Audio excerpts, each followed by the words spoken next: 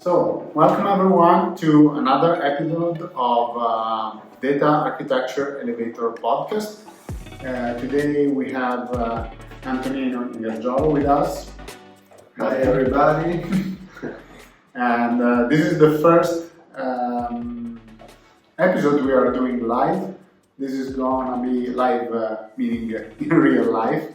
This is gonna be the first time we do an espresso live, so wish us luck. Today we will talk about MLOps and how MLOps changes the everyday life of data engineers, data scientists working in machine learning projects. So let's start from the basic, Antonino. What is Data Ops and MLOps?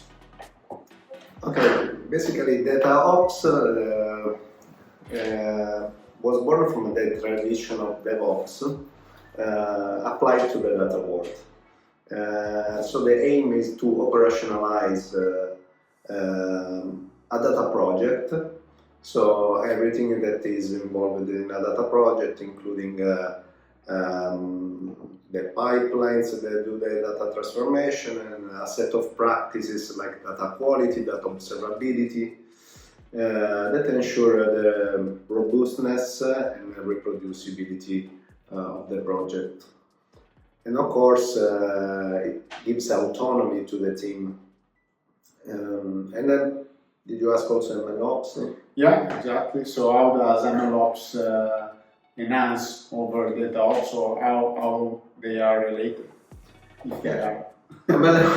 Yeah, of course. MLOps is, we can think of MLOps as an extension of DevOps and DataOps that also includes ML models lifecycle. So in this case, we need to deal with model observability on top of data observability and software observability. And we need to deal with the deployment of online inference endpoints, experiment tracking, model versioning. So the model is another artifact that in MLOps we track on top of code and data. So yeah, it's the same philosophy applied to machine learning projects. Sounds good. So what are the biggest challenges that you see companies face when trying to adopt these kind of practices that we call MLOps? Do you know any strategy or any proven strategy to overcome the challenges that companies have adopting this framework? Yeah, of course. First of all, there is no single universal standard. There are guidelines. Every company publishes their own guidelines, and for a big tech company, they have a very articulated process. For a smaller company, maybe a simpler process is more useful. And also, there is no universal tool to deal with the MLOps. There are several tools.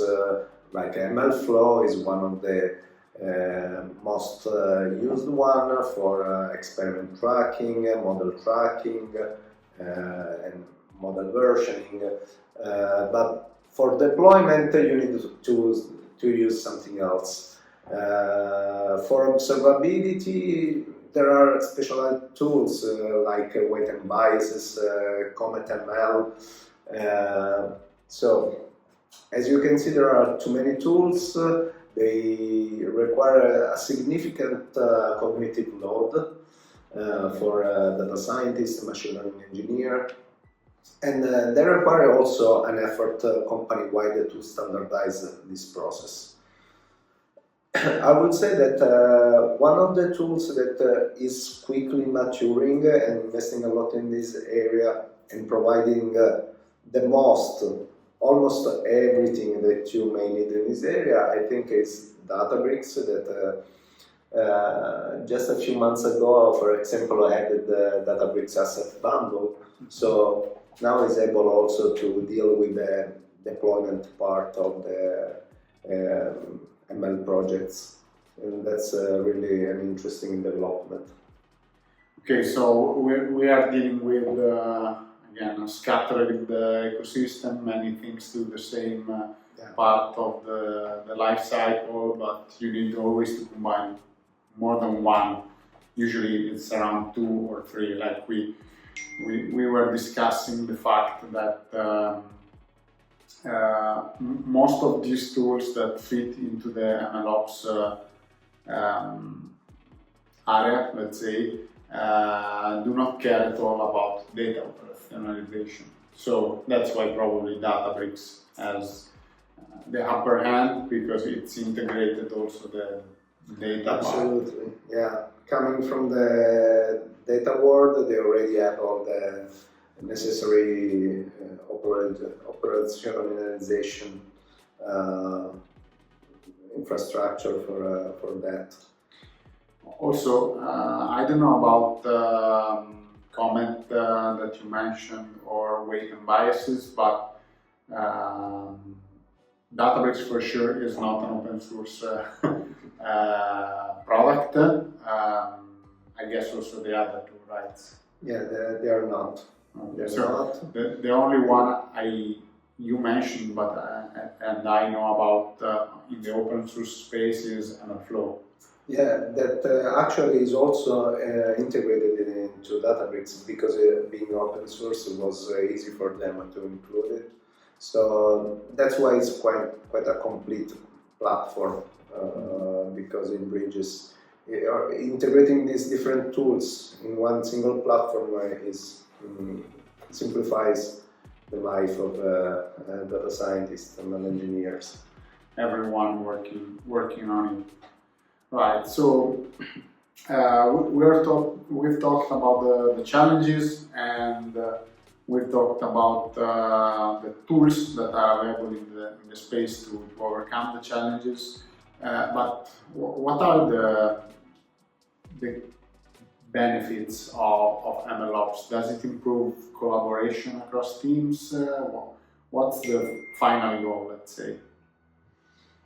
The final goal is provide a very robust and reproducible process that is automated, so the teams can the project team is completely autonomous in managing the whole life cycle of the ML project, and this improves collaboration, because typically in a company that uses MLOps, teams are more cross-functional, so you have the data scientist, the machine learning engineer, and maybe the software engineer or the data engineer, all working together in the same team, instead of having these different figures passing the work once it's done in a sequential way.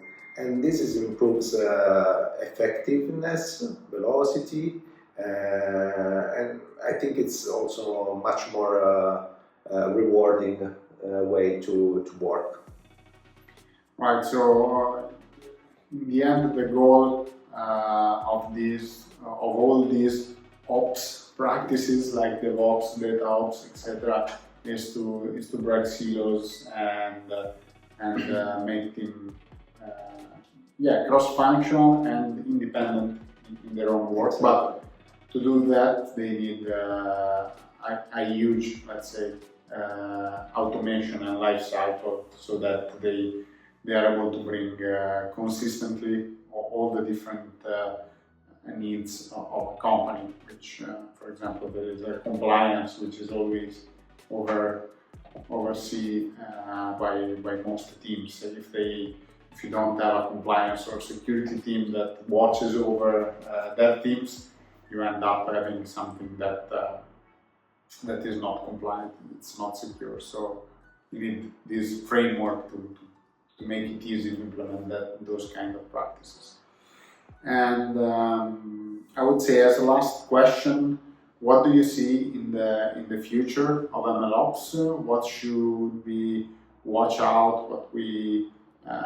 What you think it's gonna happen? What are most interesting or most needed things that we can see in this space, we expect in this space. Okay, so as you know, we cannot talk about machine learning and AI these days without mentioning Gen AI. Gen AI project that involves LLM, transformers, and so on are more and more common, and they have a different set of challenges because typically projects use something that is called an agentic architecture. So you need to put different pieces together, different LLM, different components, and so the set of components that you put together in a software project, in a Gen AI project, it's much larger than a typical classical ML project. So I think the observability part becomes much more complex than it was before. But potentially we can just leverage all the experience that we have in the software world. So from the microservices world, where we have a very long tradition of observability with, for example, span and traces, and I think this should be adapted also in development of Gen AI application with add-ons. So you not only monitor and observe if the software is running, but also what is passing through and a sort of lineage for example, if you have an LLM component that may be an endpoint, you want to monitor what you are sending to this LLM, what is coming back, but also what was the lineage that brought to this call to the LLM, because typically you have a dynamic